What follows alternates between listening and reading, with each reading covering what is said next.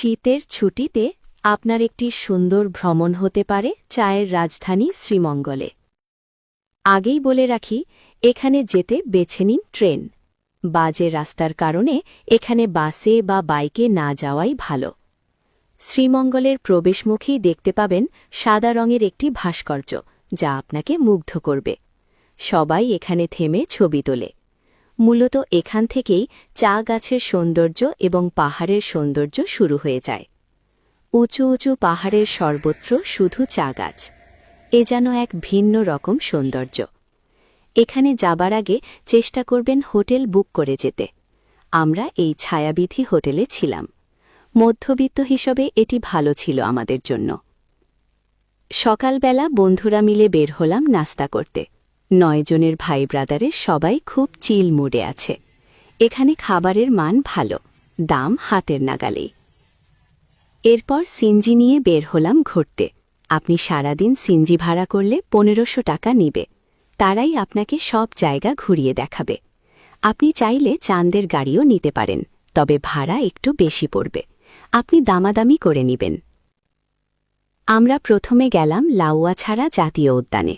এটির প্রধান গেট বেশ সুন্দর। টিকিট কেটে ভেতরে ঢুকলে আপনি হারিয়ে যাবেন এক ভিন্ন জগতে। চারিদিকে লম্বা লম্বা গাছ। গাছের মাঝ দিয়ে সামান্য সূর্যের আলো এসে পড়ে। গাছের ফাঁকা দিয়ে চলে গেছে পায়ে হাঁটা পথ। মাঝে আপনাদের চোখে পড়বে বিভিন্ন নির্দেশনামূলক সাইনবোর্ড। একটু এগিয়ে গেলেই দেখবেন রেল লাইন। এই রেল লাইনে একটি বিখ্যাত হলিউড মুভির শুটিং হয়েছিল। লোকজন এখানে ছবি তোলার জন্য হুমড়ি খেয়ে পড়ে। আমরাও একটু ছবি তুললাম। এরপর আমরা চললাম আদিবাসী গ্রামে। সবাই খুব উৎসাহ নিয়ে এগিয়ে যাচ্ছিলাম উঁচু নিচু রাস্তায়, কিন্তু একটু পরেই সবাই ক্লান্ত হয়ে গেলাম, তবু এগিয়ে চললাম। হঠাৎ দেখলাম এক চাচি আনারস বিক্রি করছে। ছোট ছোট স্বচ্ছ পাহাড়ি নদীর শাখা দেখে আমরা মুগ্ধ হয়েছি। 20 মিনিট পর পৌঁছে গেলাম আদিবাসী পল্লীতে। এখানে অধিকাংশ খ্রিস্টান ধর্মের লোক। সেদিন তাদের বড়দিনের উৎসব ছিল, তাই বাড়িঘর বেশ সুন্দর করে সাজানো দেখলাম। মজার বিষয় হচ্ছে এই গহীন এলাকায়ও বিদ্যুৎ আছে। প্রতিটি বাড়িতে আছে ফুলের বাগান। এই এলাকার মানুষ বাইরের মানুষের সাথে কথা বলতে খুব একটা আগ্রহী নয় বলে মনে হল। ফেরার পথে দেখলাম ট্রেন আসছে। অনেক মানুষ ট্রেন দেখল, আমরাও দেখলাম, কিন্তু কেন দেখলাম তা জানি না, কারণ আমরা অনেক ট্রেন দেখেছি। এই উদ্যানে আমরা বানর ছাড়া কিছু দেখিনি। বানর খুব সাহসী, তারা মানুষকে কোনো ভয় না। এই জিনিসটা আমাকে বেশ অবাক করেছে। এরপর আমরা গেলাম শমশেরনগর গল্ফ ক্লাবে। তবে কাউকে গল্ফ খেলতে দেখলাম না, তবে জায়গাটা সুন্দর। স্থানীয়দের কাছে শুনলাম এখানে বিভিন্ন নাটক ও ছবির শুটিং হয়।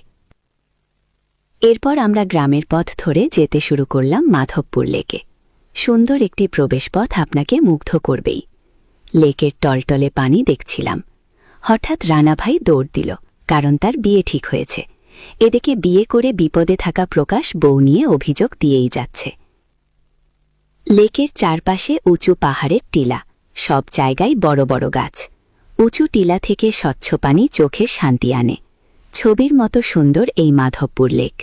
এই লেকে লাল পদ্ম আছে, তবে অন্য কোনো পাখি আমরা দেখতে পাইনি।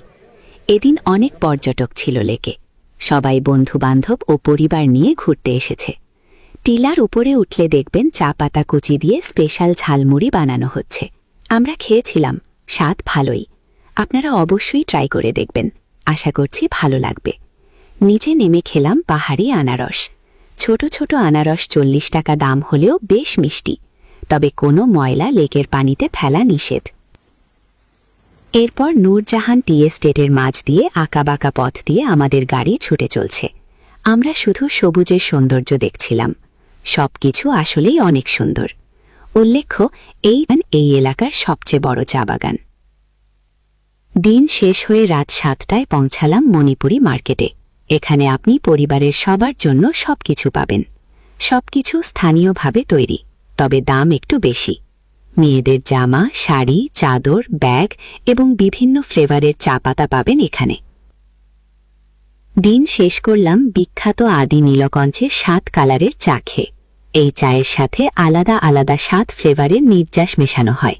যা দেখলে 7 রং মনে হয়। তবে আমার কাছে এই চা সবচেয়ে জঘন্য লেগেছে। অন্য সবার কাছে ভালো লাগতেও পারে। এটিকে চা না বলে শরবত বললেই ভালো হয়।